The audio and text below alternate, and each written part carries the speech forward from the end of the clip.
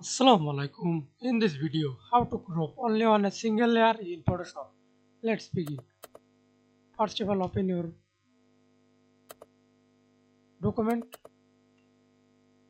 Okay, example. In this many documents, I use this document.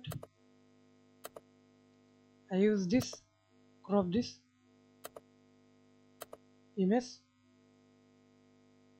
Select the crop tool. Oh, sorry. Select the selection tool. Right click. Use rectangular marquee tool or use another tool. Then select. Create a layer mask or click the move tool. Move. I use create a layer mask for better convert to smart object rasterize layer. And now see this crop it only on single layer. Thanks for watching video. Please subscribe to my channel, like, comment, share.